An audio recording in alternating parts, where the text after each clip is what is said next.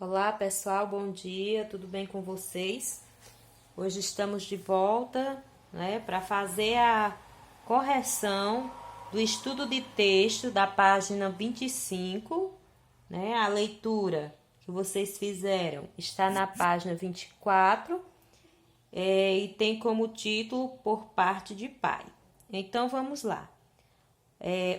A primeira questão diz assim: observe o título do texto e responda às questões. Aí tem em destaque o título do texto, Por Parte de Pai.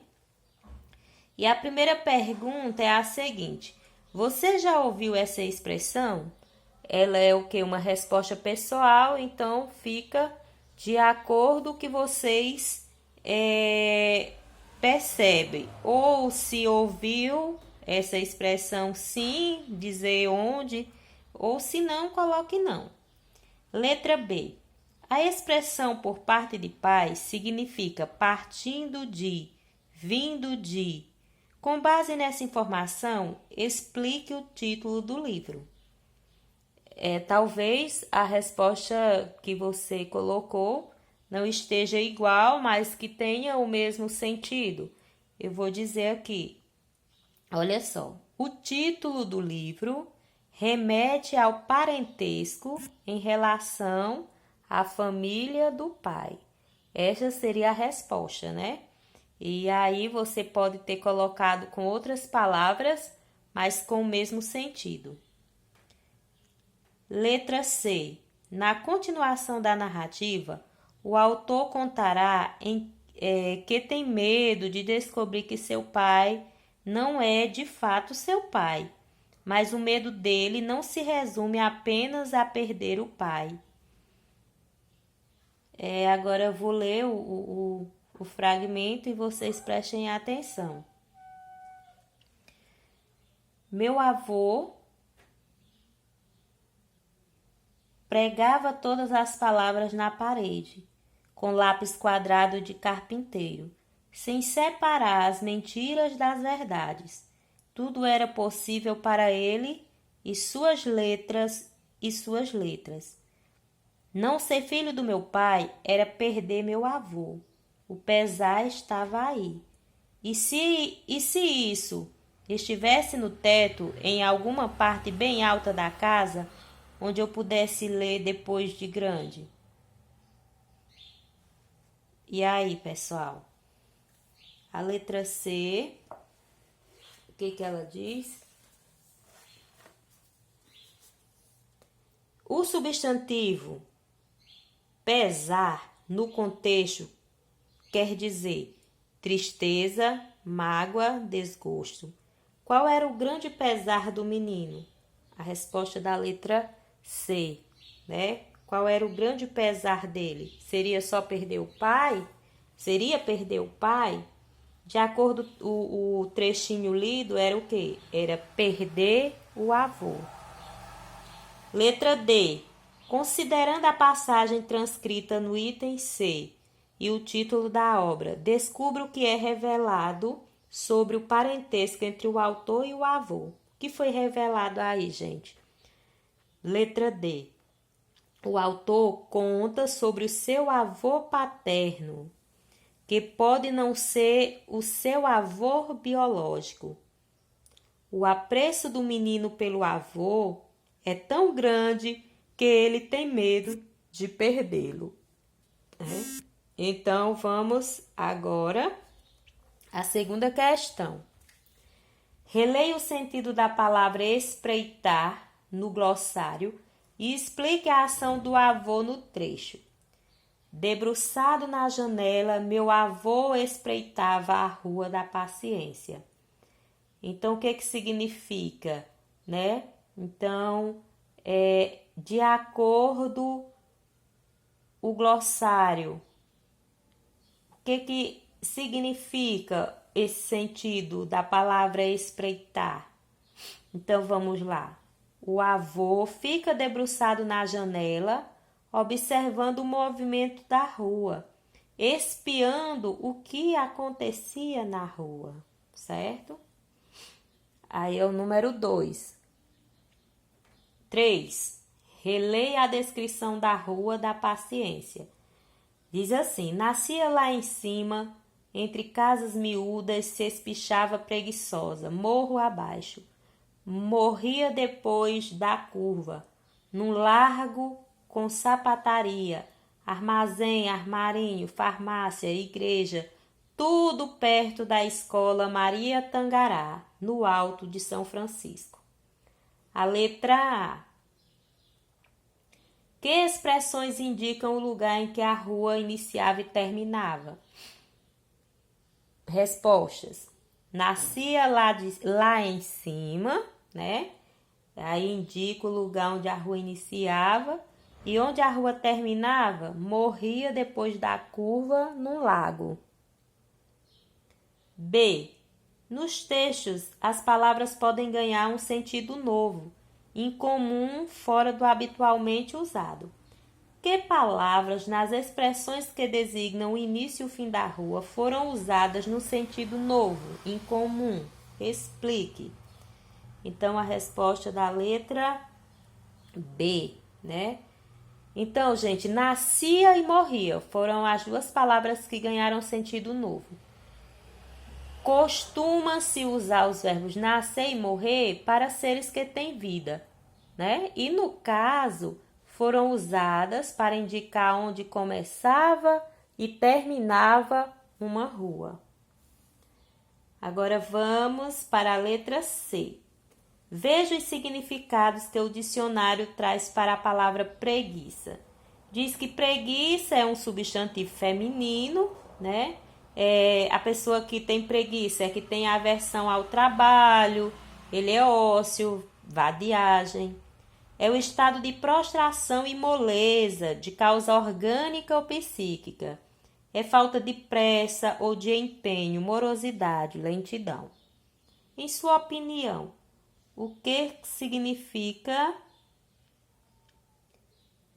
dizer que a rua se espichava preguiçosa? Se precisar, você retorne ao glossário do texto para retomar o significado de espichar. Então, veja, gente. Espichar. Vamos aí com a resposta da letra C, do terceiro. Espichar refere-se ao fato de a rua ser comprida, né? Preguiçosa refere-se à falta de pressa, à morosidade. Usar essas palavras para se referir à rua é uma forma de reforçar o comprimento dela, de dizer que ela se alonga sem pressa, ou seja, que é muito longa, certo?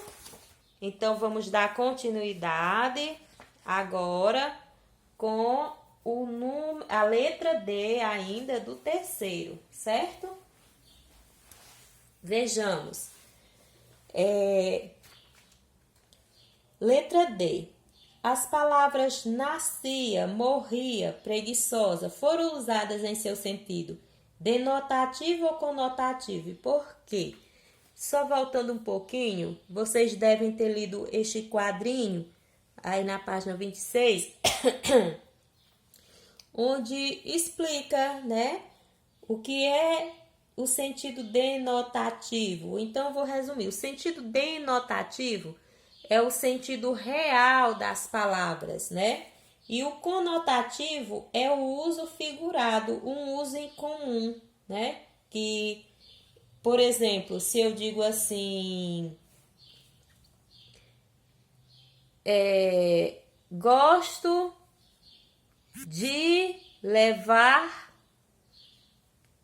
ou eu gosto de pegar o sol com a mão. Será que eu conseguiria? Esse é o sentido real? Eu conseguiria pegar este sol com a mão? Ou se eu digo assim, o sol é um leão sedento. O sol é um leão sedento, eu estou usando aí a forma comparativa, estou comparando o sol a um leão. Ou não, aí é uma metáfora, eu estou dizendo que o sol não é um leão sedento. Comparação seria se eu dissesse o sol é como um leão sedento. Aí eu usei o sentido conotativo das palavras.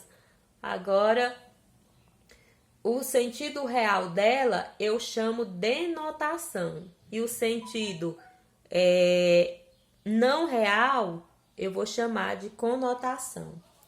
Então, a letra D diz assim: as palavras nascia, morria e preguiça foram usadas em seu sentido denotativo ou conotativo? E por quê? Quem respondeu que foi no sentido conotativo acertou, porque foram usadas fora do seu sentido habitual. Desculpa, pessoal. Quarta questão. Observe a passagem. Não me lembro onde ficava a casa paroquial e vivia o vigário vestido com batina preta e sapato de verniz e elástico. Letra A. Que expressão indica que o autor esqueceu alguns detalhes de suas recordações? E vocês perceberam aí qual a expressão que indica que o autor esqueceu de alguns detalhes de suas recordações? É quando ele usa o não me lembro, certo? Letra B. Do que ele esqueceu, gente? Da localização da casa paroquial. Que detalhes ele conserva na memória? Os detalhes das roupas e sapatos do vigário. Letra D. Em sua opinião, as memórias narradas são recentes ou antigas? E aí, o que vocês acham? A resposta pessoal. E por quê? É importante vocês perceberem que o esquecimento, de detalhes se relaciona à passagem do tempo, Então, com certeza, esses fatos não serão o quê? Recentes. Então, vocês devem observar tudo isso. O número 5 agora. No trecho, quem casou, morreu, fugiu, caiu, matou, traiu, comprou, juntou, chegou, partiu. O autor enumera várias ações anotadas pelo avô. Letra A. Que sentido essas enumerações cria, gente? O que o leitor pode supor a respeito das anotações do avô? Então, o que a gente observa? Que o leitor supõe que o avô anotava todo tipo de acontecimento com detalhes. Aí vem a letra B. Porque o avô anotava todos os acontecimentos nas paredes de casa, para não esquecer deles, certo? Aí são as respostas da A e B do número 5. Vamos para o número 6. 6. Releia o trecho a seguir. Isso foi antes, quando criavam os filhos presos em caixotes, para dar sossego à minha avó nos deveres da cozinha e na lida de casa. O modo de educar os filhos e cuidar das crianças muda com o tempo, de acordo com a visão que a sociedade tem da infância, a cultura de um país, as condições de vida das pessoas. Compare o que aparece no texto com o modo pelo qual você e os colegas são criados. As semelhanças, diferenças, o que essas semelhanças diferenças revelam sobre a cultura do local em que você e os colegas vivem? Então, vocês aí nessa resposta, pensam um pouquinho se o modo de como você é educado, de como você foi criado, é diferente ou é semelhante ao dos colegas de vocês? E respondam, é resposta pessoal. Ai, a garganta, gente. Então, você veja só. Será que a rede social, ela influencia na educação atualmente? O que vocês acham? Pensem aí um pouquinho e dê essa resposta do 5. Do 5 não, do 6, certo? Agora 7. Enquanto ele escrevia, eu inventava histórias sobre cada pedaço da parede. Letra A. Identifique as personagens a que se refere os pronomes eu e ele. Vamos ver se vocês acertaram. Eu refere-se ao autor e ele ao avô. Qual era a atitude do autor diante das anotações? Ele fazia o quê? Inventava histórias, ok? Agora vamos para o número 8. Você concorda com a afirmação dele? Você acha que quando uma pessoa conta as próprias histórias, mistura realidade e imaginação? Essa resposta é pessoal. O que vocês acham? A letra B. Em sua opinião, o autor do texto do capítulo 2 também inventava partes de sua história? E aí? Justifique sua resposta. Também pessoal. Ok? Agora o 9. Antes da leitura, você formulou hipóteses sobre a história a ser contada no livro de Bartolomeu Campos de Queiroz. Elas se confirmaram? O que vocês pensaram antes de fazer a leitura? Tem alguma relação? Vocês vejam que em relação às palavras escritas que se sobrepõem às fotografias, é possível que a leitura tenha causado surpresa, né? Porque já as notas manuscritas da capa, elas podem ser associadas a anotações na parede da casa do avô, ok? Então fica aí, ó, vocês, a letra A, B do 8º pessoal, a 9 também. Eu só dei uma dica em relação à capa aí para o número 9. Então, pessoal, prestem atenção direitinho. Escrevam, se precisar voltar, pausar o vídeo, pause, volte e faça a correção das respostas, ok? Então, que vocês tenham um bom final de semana, que Deus abençoe e até segunda-feira, tá? Um abraço.